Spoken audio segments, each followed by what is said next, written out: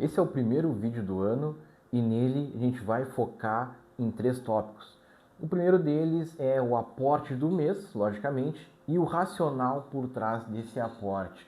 E tu vai analisar e tu vai me dizer nos comentários se faz sentido para ti ou não esse racional. O segundo ponto é sobre economia macro e economia micro, né, lá fora e aqui no Brasil.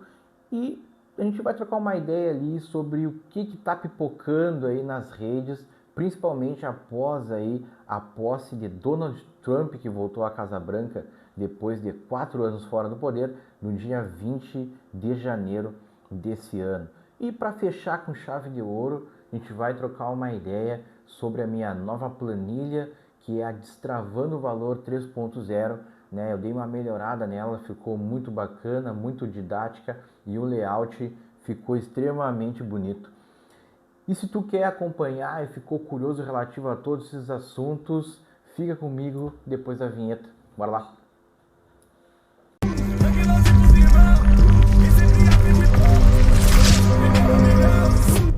Seja extremamente bem-vindo ao meu canal Destravando o Valor.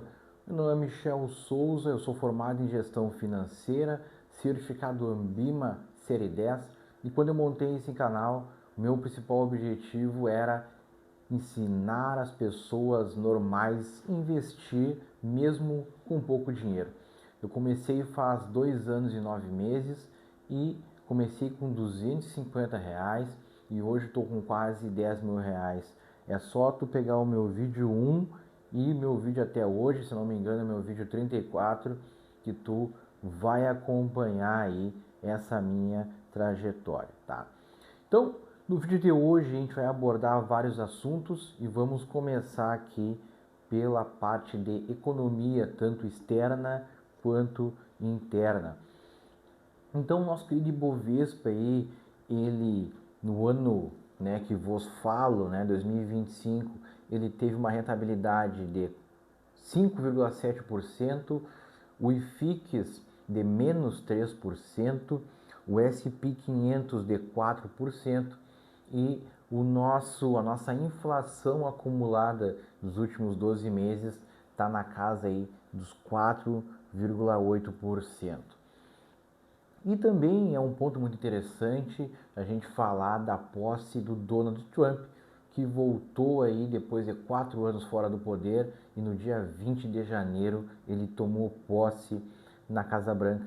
Só que ele vem fazendo algumas alegações aí que estão pipocando, né, lá fora, né, e quem está olhando de fora está dizendo assim, né, pensa assim, que show da Xuxa é esse? Ele vem falando em trocar o nome do Golfo do México para Golfo da América, ele vem falando em anexar o Canadá e também ele vem falando em altas taxações aí, inclusive não só falando como fazendo, né? Inclusive hoje ele anunciou a taxação de 25% para o Canadá e para o México, né? Eu acredito que seja aí realmente para apertar esses países aí, para eles cederem para os Estados Unidos, até porque ele falou, né, em alto e bom tom que ele não descartava aí usar o poder da economia. Só que nesse inteirinho aí também sobrou para o Brasil. O veterano aí ele andou dizendo que o Brasil é um dos países que mais taxam, né, que mais pratica a taxação no mundo, e isso é contra o interesse dos norte-americanos, né, contra o interesse americano, o sonho americano, né, tanto isso aí que eles sempre pregam e zelam aí nos filmes da América, né. E o nosso honrável, né, inteligentíssimo presidente Lula, ele falou que haveria então uma retaliação se o Trump resolvesse taxar os produtos brasileiros. E, cara, isso aí na verdade é uma grande burrice de fazer isso aí, até porque os Estados Unidos representa da nossa exportação 15%, ele é o segundo maior consumidor dos produtos do Brasil, enquanto a gente representa apenas 2%, né, dos produtos em relação do Brasil em relação aos Estados Unidos, né? A gente está lá na posição 18ª, né? É o 18 na posição de importância de consumo dos produtos americanos. Em questão de importância, a gente consome muito mais produtos de valor agregado, né, dos Estados Unidos do que o contrário, né? Desde esse iPhone que está gravando é americano, a tua escova de dente, né? A tua pasta dental, se tu usa uma Colgate, uma Sensodyne, né? Produtos, enfim, várias coisas, elas vêm dos Estados Unidos e elas têm valor agregado, né? E o que a gente mais produz no país, que são commodities, não possuem nenhum valor agregado, né? O preço do petróleo praticado aqui vai ser o preço do petróleo praticado lá na Arábia Saudita. O preço da soja praticada aqui vai ser o preço da soja praticado lá na Austrália, né? Então, os nossos produtos têm pouco valor agregado. Então, é óbvio que se o Brasil tomar mais essa medida inteligentíssima, quem vai sofrer é quem está na ponta. Voltando um pouquinho ali na questão do Golfo do México, que ele quer trocar o nome, é claro que o veterano não dá ponto sem nó, né?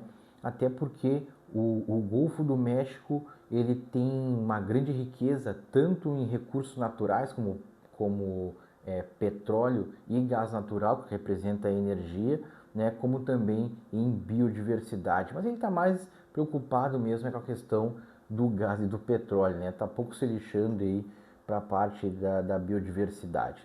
Eu trouxe alguns números aqui que eu vou falar para vocês, que é o seguinte: do Golfo do México, então, 14% da produção de petróleo que os Estados Unidos consome vem dali. 5% do gás natural consumido por eles também vem dali. 48% do refino de petróleo é dali. E 51% do gás natural também é dali, né? Então, claro que o veterano não dá ponto sem nó. Também algo que a gente tem que pontuar aqui no nosso racional é que a economia brasileira ela está superaquecida, né? Ela está trabalhando acima do seu potencial, né? Tá com um hiato aí positivo que a gente chama.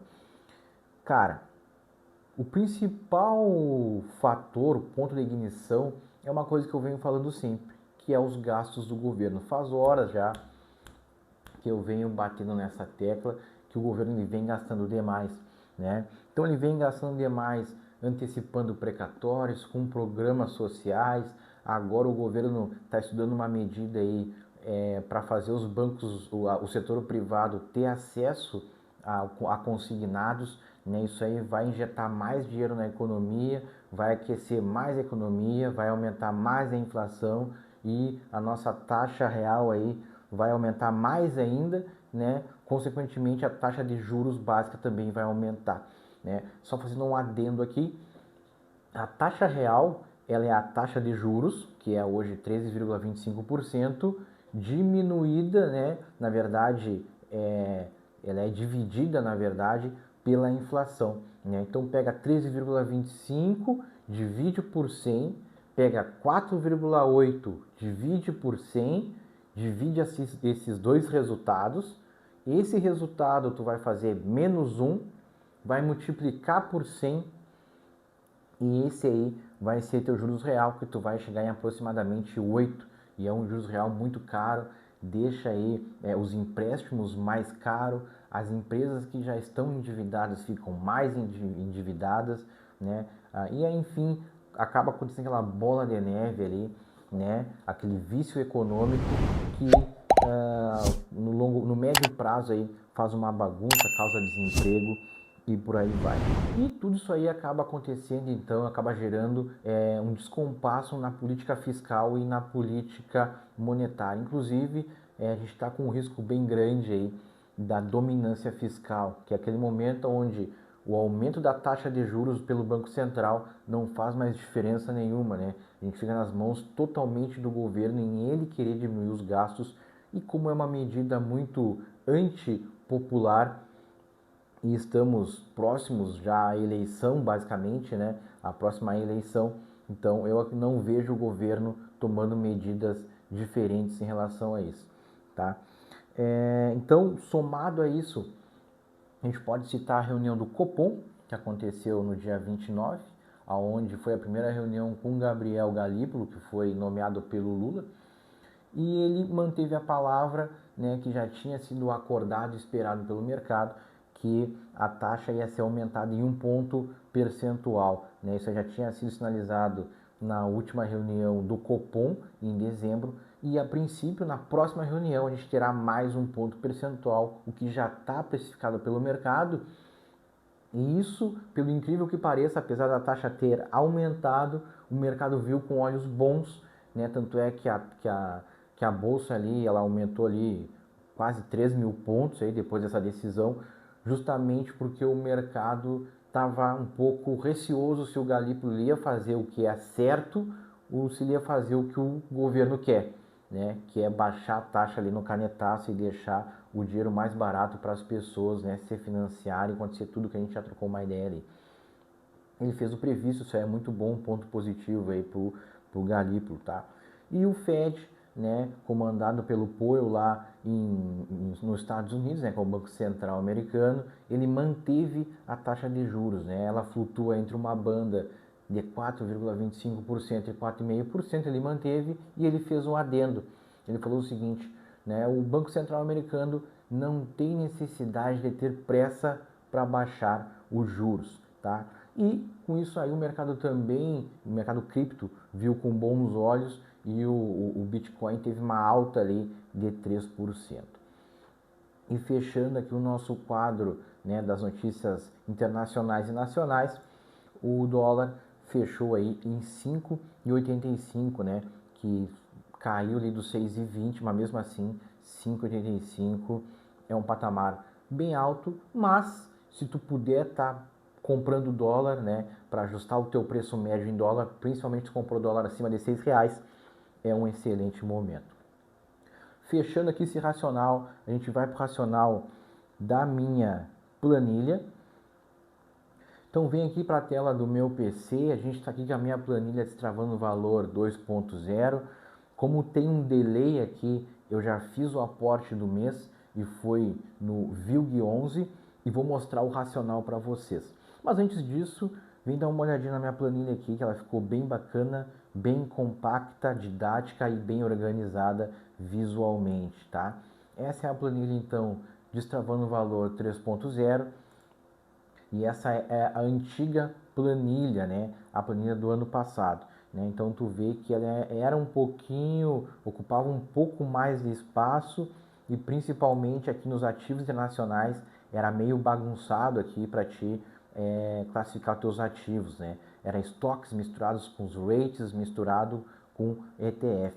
Agora nessa planilha aqui 3.0, tu tem a Praça Brasil, aonde tu abre aqui e tem ações, fundos e renda fixa, e tu tem a Praça Estados Unidos, aonde tu tem estoques, rates, ETFs e bonds que estão muito atrativos lá nos Estados Unidos, já tiveram mais, mas ainda estão muito atrativos, né? Agora tu tem também a reserva de valor, né? Se tu tem ouro na carteira, se tu tem prata, se tu tem Bitcoin, tu pode pôr aqui a aba de criptoativos com bastante opções, né? São 35 opções de ativos para te colocar na planilha devido à grande gama de ativos, né? E tu tem os ativos alternativos, que muita gente fala pouco sobre eles, mas de repente uma hora dessas a gente pode trocar uma ideia aqui no canal, tá? Então, quando eu abri minha planilha, antes de fazer o aporte,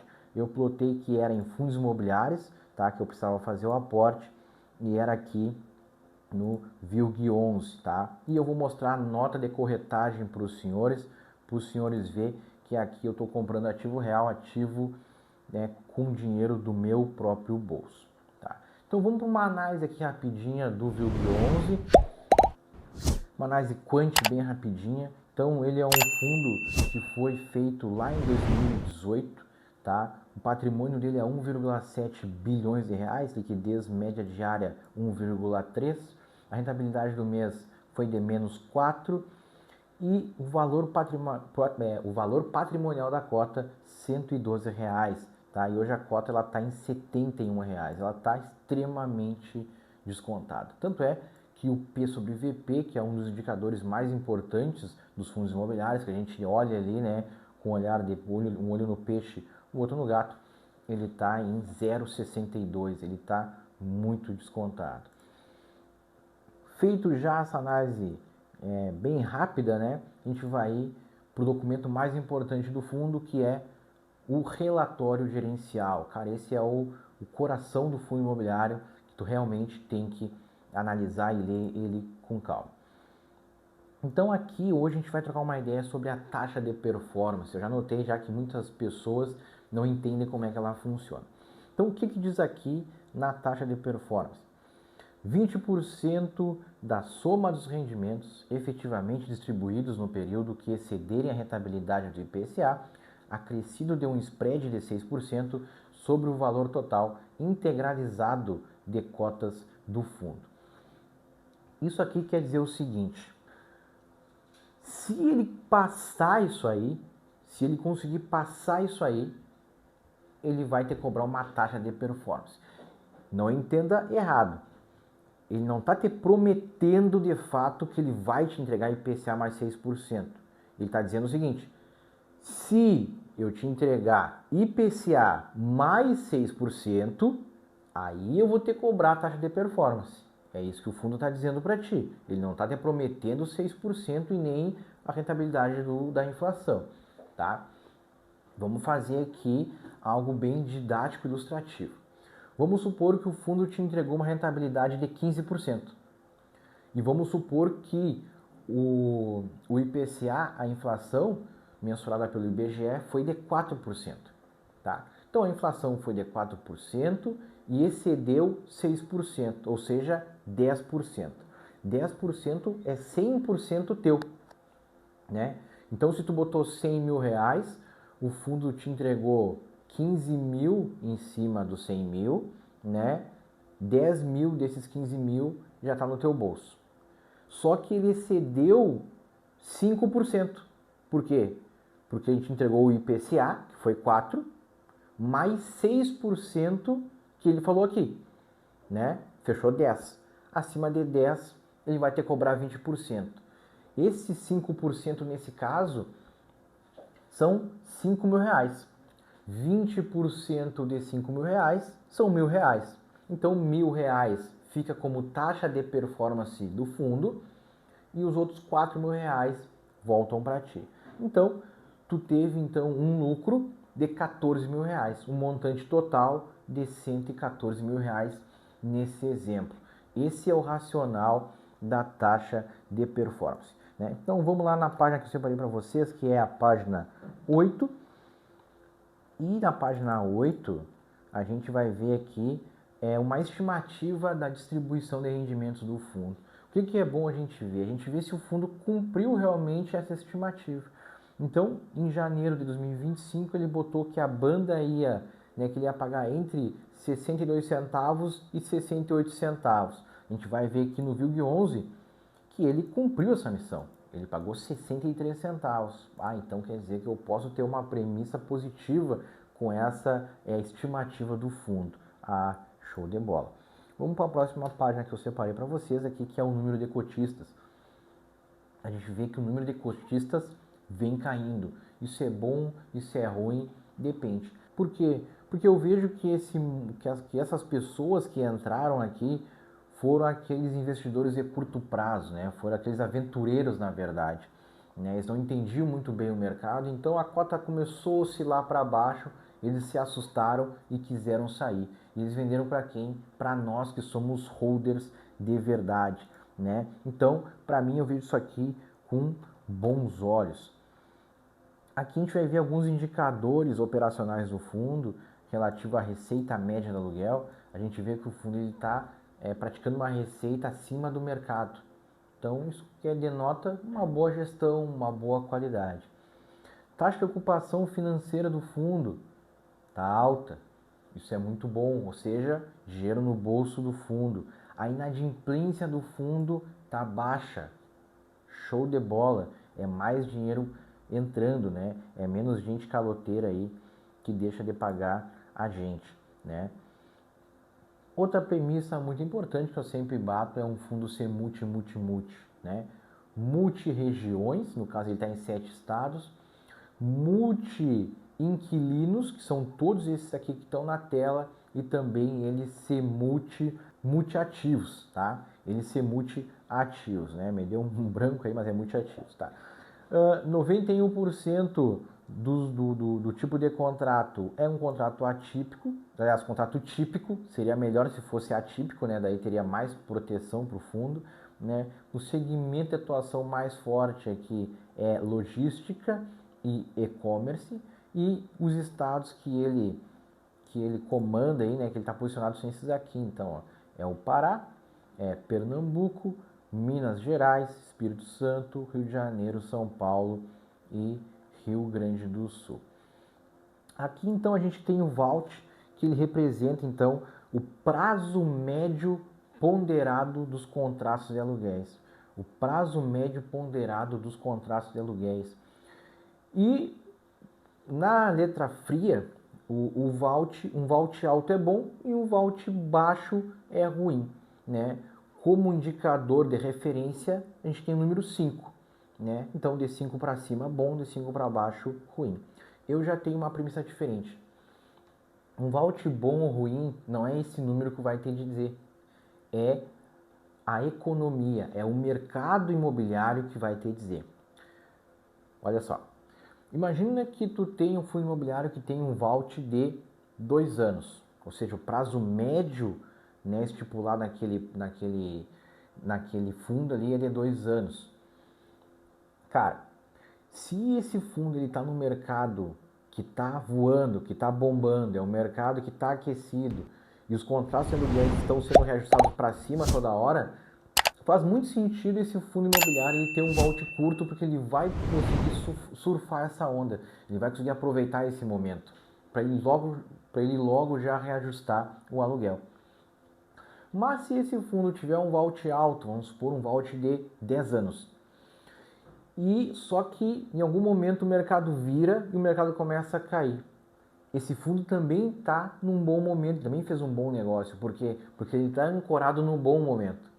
Então o fundo só vai tomar esse pênalti de reajustar para baixo os aluguéis dali 10 anos ou dali 5 anos, se foi na metade do caminho. E eu acredito que seja um VALT bom. 3 anos, né, quase 4 anos aqui, seja um VALT bom. Por quê? Porque logo lá na frente tem mudança de governo, de repente entra ali um governo mais pró-mercado e os fundos imobiliários aí, né, a classe de fundos imobiliários talvez sofra aí um turnaround positivo para os nossos fundos. Cara, esse então foi o vídeo de hoje, a gente abordou vários assuntos interessantes, economia macro, economia micro, a gente falou sobre a minha nova planilha, a planilha Destravando Valor 3.0, e também a gente trocou uma ideia do ativo, né, do aporte do ativo e do porquê do aporte do ativo. Eu sempre esqueço, deixa o like, compartilha, me segue, ativa o sininho. Se tu chegou até aqui, te deixo o meu muito obrigado, porque tu disponibilizou aí teu ativo mais importante, que é o teu tempo. Muito obrigado, fiquem todos com Deus e até mais.